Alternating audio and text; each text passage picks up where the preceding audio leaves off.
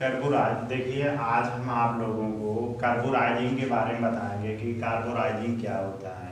इससे कार्बोराइजिंग से क्या होता है, सतह कठोरण प्रक्रम द्वारा कठोर की जाने वाली धातुओं को लोहा या इस्पात के वायु बंद बक्से में रखते हैं। कार्बोराइजिंग करने के लिए जो हमारी ऊपरी सतह है उसको मजबूत करने के लिए ढलवा लोहा होता है या पिटवा लोहा, इसको एक बक्से में बंद करके रख देते हैं। बक्से में बंद करके इसमें तापमान बढ़ाते हैं। चारों तरफ एक ऐसा पदार्थ रखें जिसमें कार्बन की मात्रा अधिक हो, जैसे लकड़ी का कोयला। जो कार्बोराइजिंग करने के लिए जो हमारा धातु होता है, ढलवा लोहा होता है या हमारा लोहा होता है, तो कहाँ इसको एक बक्से में बंद करते हैं। बक्से में बंद करके रखने पर इसके आसपास ऐसे धातु को ऐसे लगाते हैं जिसमें कि पदार्थ लगाते हैं जिसमें कि कार्बन की मात्रा अधिक हो। तो कार्बन की मात्रा अधिक लकड़ी के कोयले में पाई जाती है, तो लकड़ी के कोयले को आसपास उस बक्से के आसपास लगाते हैं जिसमें कि उसमें कार्बन की मात्रा अधिक पाई जाए, जिसे कि लकड़ी का कोयला कहते हैं। लकड़ी के कोयला को बक्से के आसपास लगाते हैं। इसके बाद इस्पात बक्से व उच्च क्रांतिक तापमान से थोड़े से अधिक तापमान तक गर्म करते हैं। उसको क्या होता है, क्रांतिक तापमान, जो हमारा लोहे या लोहे का क्रांतिक तापमान होता है उसके उस तापमान से उसको थोड़ा सा गर्म करते हैं। गर्म करने के बाद क्या करते हैं, ये तापमान 900 डिग्री सेंटीग्रेड से लेकर के 950 डिग्री सेंटीग्रेड तक पाया जाता है। फिर इस तापमान पर इस इस्पात को काफ़ी समय तक रखते हैं। जो हमारा तापमान बन जाता है, तो जब लकड़ी के कोयले में आग लगाते हैं तो आग लगाने पर जब तक वो गर्म रहता है तब तक हम उस बक्से को उसी पर रखते हैं। काफ़ी समय तक हम उस बक्से को रखे रहते हैं, जिससे कि फिर तापमान पर इस इस्पात को काफ़ी समय तक रखते हैं ताकि इसके चारों ओर रखे पदार्थ से कार्बन इस्पात या धातु की सतह पर अच्छी सतह प्रवेश कर जाए। इसलिए बक्से को हम उस कार्बन के आसपास रखते हैं, क्योंकि उसमें अच्छी तरीके से कार्बन की मात्रा उस पर प्रवेश कर जाए, जिससे कि हमारा जो कार्बोराइजिंग है वो सही से हो जाए। जिससे कि इसमें कार्बन की मात्रा 0.8 से लेकर के 1.02% तक हो जाती है। फिर देखिए क्या कहते हैं, धातु या इस्पात में कार्बन के समावेश की गहराई इस बात पर निर्भर करती है कि जिससे कि उसके कितने समय तक गर्म किया जाए या गर्म रखा जाए तथा अधिकतम तापमान पर इसे कितने समय तक रखा जाए। कार्बोराइजिन के उससे तापमान से पता चलता है कि हमें इस धातु को कितने समय तक गर्म रखा जाए या धातु को कितने समय बाद गर्मी से बाहर निकाला जाए। इस विधि में लगभग 3 से 4 घंटे के समय में इस धातु को लगभग 3 या 4 घंटे के समय तक 0.8 mm से लेके 0.6 mm गहराई तक कार्बन का समावेश हो जाता है। जो हमारा धातु होता है तो उसमें 3 से या 4 घंटे से 0.8 से लेकर 0.8 से लेकर के 1.6 mm तक गहराई तक धातु में कार्बन की मात्रा घुस जाती है या बैठ जाती है। तक बैठ ठंडी होने देते हैं। फिर इसके बाद धातु को उसी समय से धीरे धीरे नॉर्मल ठंडा होने देते हैं। इस बीच में लगभग 5 घंटे के समय में 925 सेंटीग्रेड तापमान पर लगभग 1 mm गहराई तक सतह को कठोर बनाया जा सकता है। 5 घंटे में इसमें 925 सेंटीमीटर तापमान में लगभग 1 mm गहराई तक धातु को कठोर किया जाता है।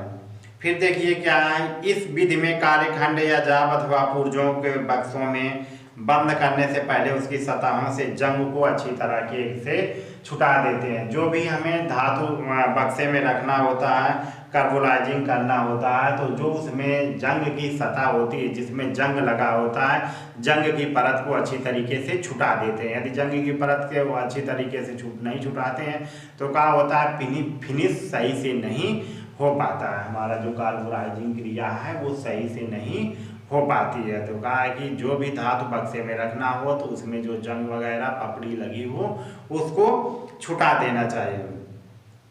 फिर देखिए बाहरी सतह को कठोर बनाना। बाहरी सतह को कैसे कठोर बनाते हैं। इस विधि में इस्पात को पुनः लगभग 900 सेंटीग्रेड तापमान तक गर्म करते हैं और इसमें फिर तेल में डुबोया जाता है। इसकी बाहरी सतह को कठोर बनाने के लिए कार्बोराइजिंग में सबसे बढ़िया क्या होता है, सबसे नंबर 1 होता है तेल में डुबोने पे। तेल में डुबोने पर उसकी बाहरी सतह हार्ड एंड टेम्पर सबसे अधिक होती है। दूसरी नंबर पे आता है आपका चूने का पानी, तीसरे नंबर पे आता है पानी, चौथे नंबर पे आता है वायु। किसी भी धातु के टुकड़े को गर्म करते हैं, गर्म करने के बाद जो उसमें सतह ऊपरी सतह होती है उसको कठोर बनाने के लिए सबसे पहले उसको तेल में हार्ड एवं टेम्पर तेल में ठंडा करने के लिए छोड़ देते हैं। तो क्या होती है, उसकी जो बाहरी सतह होती है सबसे अधिक कठोर व मजबूत होती है। फिर देखिए इसमें इसकी संरचना परिशुद्ध हो जाती है और इसमें भंगुरता समाप्त हो जाती है। जब हम तेल में डुबोते हैं गर्म करने के बाद तो क्या होता है कि उसकी जो भंगुरता होती है, टुकड़े टुकड़े होने वाली जो आदत होती है वो बिल्कुल समाप्त हो जाती है और वो अपना चिमड़ापन ले लेता है। और जो टुकड़े टुकड़े होने वाली आदत होती है वो समाप्त हो जाती है और इसके बाद जो हमारा धातु होता है वो चिमड़ापन में परिवर्तित हो जाता है और इसकी आंतरिक कोर मुलायम तथा चिमड़ा बन जाती है। वही बताया ना, इसकी जो अंदर की कोरें हैं वो मुलायम हो जाती हैं और चिमड़ापन हो जाता है, टूटती नहीं है। और इसमें जब तेल में नहीं डुबोते वो हार्ड एंड टेम्पर नहीं करते हैं तो लोहा छोटे छोटे टुकड़ों में टूट करके बिखर जाता है। इस विधि में धातु को पुनः लगभग 700 सेंटीग्रेड तक गर्म किया जाता है। जो हमारी बाहरी सतह का है जिसमें कहा जाता है धातु को 700 सेंटीग्रेड तक गर्म किया जाता है और पानी में डुबोकर बुझाया जाता है, जिसमें उसकी बाहरी सतह से मुलायम समाप्त हो जाता है। क्या होता है कि बाहरी सतह का उसका जो मुलायमपन होता है वो समाप्त हो जाता है और उसमें पुनः कठोरता आ जाती है। उसकी जो बाहरी सतह होती है वो मुलायम होती है और वो मुलायमपना समाप्त हो जाती है और उसमें कठोरता आ जाती है। सतह कठोरण के लाभ। ये सतह कठोरण के लाभ, ऊपरी सतह के जो कठोरपन होता है उससे क्या क्या लाभ होते हैं, ऊपरी सतह को कठोर करने से उसके क्या क्या लाभ होते हैं। नंबर 1 देखिए, इसमें कार्बन की मात्रा कम होने के कारण कठोरता बाहरी सतह के कुछ गहराई तक जाती है और मुलायम और चिमड़ापन को स्वयं मिल जाती है। क्या होता है, बाहरी सतह तो कठोर हो जाती है, बाहरी सतह कठोर हो जाती है, कठोर होने के बाद क्या होता है उसमें मुलायमता और चिमड़ापन, जो उसकी अंदर की सतह है उसमें जो अंदर के कण है उनमें चिमड़ापन और मुलायमता आ जाती है। ठीक है। फिर देखिए नंबर 2 पे क्या होता है, ये धातु कार्बन इस्पात की तुलना में अधिक सस्ती होती है। नंबर 2 पे क्या आता है कि ये धातु कार्बन इस्पात के सतह पे अच्छी होती है और सस्ती भी होती है। फिर नंबर 3 देखिए, इस विधि की संरचना में नंबर 3 पे इस विधि की संरचना में परिवर्तन जहां एक तरफ से बाहरी सतह तथा उच्च कार्बन इस्पात की बनाकर पर्याप्त कठोर और घिसाव प्रतिरोधक हो जाती है। जो हमारी सतह होती है ऊपरी सतह कठोर हो जाती है और जब हम ऐसे फाइलिंग करते हैं तो फाइलिंग करते समय क्या होता है कि इसमें घिसाव रोधी हो जाती है, घिसाव होने लगता है। इस विधि को मशीनिंग क्रिया का, जैसे आप बोलते हैं कि मशीनिंग क्रिया करना, मशीनिंग के लिए पर्याप्त धातु को जैसे मशीनिंग क्रिया की जाती है तो उसकी धातु में घिसाव हो, इस मुलायमता को ही कहते हैं। फिर नंबर 4 पे आता है, इस विधि से संपूर्ण तरह से उच्च कार्बन इस्पात को ही प्रयोग किया जाता है। यहाँ पे नंबर 4 पे आता है, इस विधि के द्वारा संपूर्ण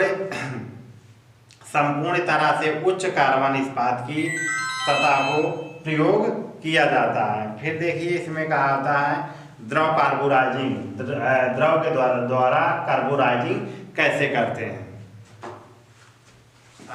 द्रव कार्बोराइजिंग के लिए सोडियम साइनाइड तथा अन्य प्रकार के लवण वात प्रयोग में लाए जाते हैं। द्रव कार्बोराइजिंग के द्वारा क्या होता है, सोडियम तथा अन्य प्रकार के लवण वात प्रयोग में लाए जाते हैं। इस विधि के अनुसार सोडियम साइनाइड या लवण वात को गर्म करके पिघलाया जाता है और फिर निम्नलिखित कार्बन इस्पातों को इसमें डालकर उसकी सतह को 0.2 और 0.4 mm मोटी कठोर परत बना देता है। तो क्या होता है कि इसमें द्रव के द्वारा कार्बोराइजिंग, जैसे प्लास्टिक क्रिया करते हैं, किसी भी प्लास्टिक को गर्म करने पर जैसे उसमें लोहे की छड़ को डाल देते हैं और वो उसमें एक मोटी परत बना देता है। उसी तरीके से होता है द्रव द्वारा कार्बोराइजिंग क्रिया करना है। द्रव को गर्म करते हैं और गर्म करने पे जो हमारा लोहा जैसे इंसुलेशन देखे होंगे उसी तरीके से इसके ऊपरी सतह पर प्लास्टिक का द्रव पूरा बैठ जाता है, परत जमा लेता है। परत जमा लेने के बाद फिर क्या होता है, लोहे पे जंग नहीं लगता है। इसे द्रव के द्वारा कार्बोराइजिंग कहते हैं। जैसे हमारा कोई बिजली का तार लीजिए, बिजली के तार पे हमारे जो प्लास्टिक का ऊपर कवर लगा होता है जिसके कारण से लोहे पे जंग नहीं लगता है और पानी का भी प्रभाव नहीं होता, कहीं पे काम करते हैं। फिर होता है इस्पात में से इस विधि में इस्पात की संरचना पर कोई प्रभाव नहीं पड़ता है, केवल उसकी सतह की अत्यधिक दृढ़ और कठोर बन जाती है। जो हमारा इस्पात होता है उसमें कोई फर्क नहीं पड़ता, उसकी जो ऊपरी सतह होती है उस पे जो का होता है एक लेप बन जाता है। लेप के तरीके बन जाने पे उसमें कोई परिवर्तन नहीं होता। नाइट्रिक प्रक्रम डीजल इंजन के भागों में तथा विमान आदि के लिए उपयोगी होता है। सैंपिंग और उष्मा उपचार के बाद नाइट्रेजिंग अंतिम प्रक्रम होता है। क्या होता है, जो हमारा द्रव तेल या लाने के लिए जो हमारे पाइप की नली बनाते हैं, पाइप की नली पे इसका प्रयोग करते हैं तो उस पर कोई प्रभाव नहीं पड़ता। ये विधि एल्युमिनियम एलॉय तथा इस्पात की उन एलॉयों के लिए अधिक उपयोग होती है जिनमें कि एल्युमिनियम की मात्रा अधिक होती है। इस विधि के बाद धातु को टेम्परिंग संभव नहीं होता है।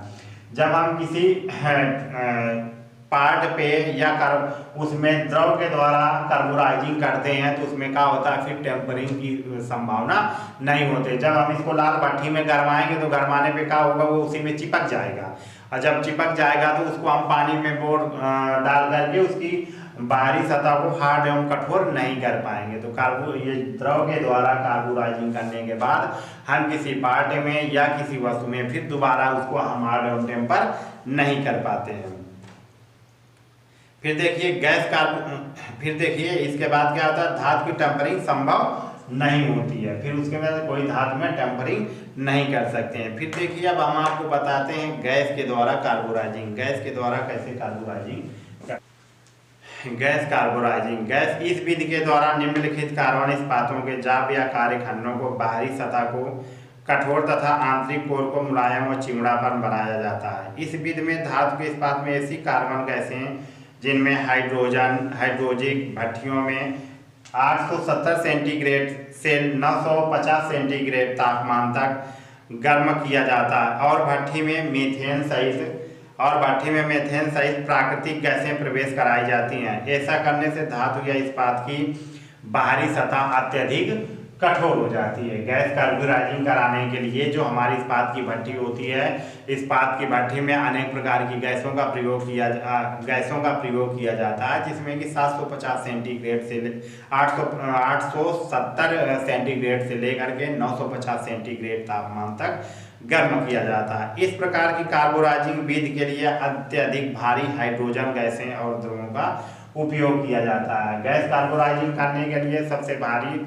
हमारी नाइट्रोजन गैस, इसमें सबसे कार्बोराइजिंग करने के लिए जो हमारी गैसें होते हैं हाइड्रोजन गैसें और द्रव का उपयोग किया जाता है। हाइड्रोजन गैसें और द्रव का उपयोग किया जाता है। इस विधि में क्या होता है, इस विधि में उत्पन्न कार्बोराइजिंग को इस्पात सोख लेता है और फिर वो कार्यखंड पर जाप की सतह में खली के रूप में जम जाता है।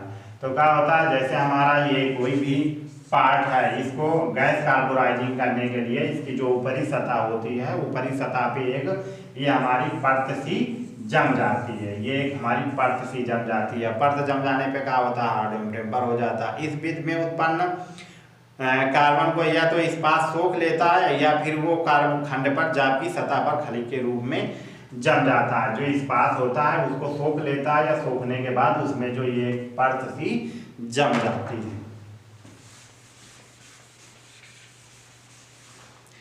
इसके अलावा देखिए दिया है, इस प्रकार की कार्बोराइजिंग विधि के लिए सामान्य तौर पर 9 से 950 सेंटीग्रेड तापमान तक गर्म किया जाता है। गैस कार्बोराइजिंग के लिए परंपरागत विधियों को 8 घंटे का समय लगता है। इस विधि में 1 mm सतह की गहराई के लिए 6 घंटे का समय लगता है। इसमें काफ़ी समय लगता है, इसे हार्ड एवं टेम्पर करने के लिए गैस के द्वारा काफ़ी समय लगता है। इस विधि का विधि आसान नहीं होती है। इसे केवल कुल कारीगरों के द्वारा ही अच्छा परिणाम प्राप्त होता है। जो गैस कार्बोराइजिंग होता है ये विधि आसान नहीं होती है, ये कुछ ही कारीगरों के द्वारा ये अच्छी तरीके से किया जाता है। सारे कारीगर ये गैस कार्बोराइजिंग नहीं कर सकते हैं। गैस कार्बोराइजिंग करने के लिए एक कुशल कारीगर की ज़रूरत होती है, जो कि इसके टेम्परेचर के बारे में सही से उसको जानकारी हो, वही गैस कार्बोराइजिंग अच्छी तरीके से कर पाएगा, अन्यथा सारे कारीगर इस विधि को नहीं कर पाएंगे। फिर देखिए आप लोगों को कल हम पढ़ाएंगे, हमारा अगला टॉपिक है लोहारगिरी एवं फोर्जिंग। लोहारगिरी एवं फोर्जिंग, कल हम आप लोगों को इसके टॉपिक के बारे में बताएंगे, लोहारगिरी और फोर्जिंग के बारे में। तो चलिए अब कल बताते हैं इसके बारे में।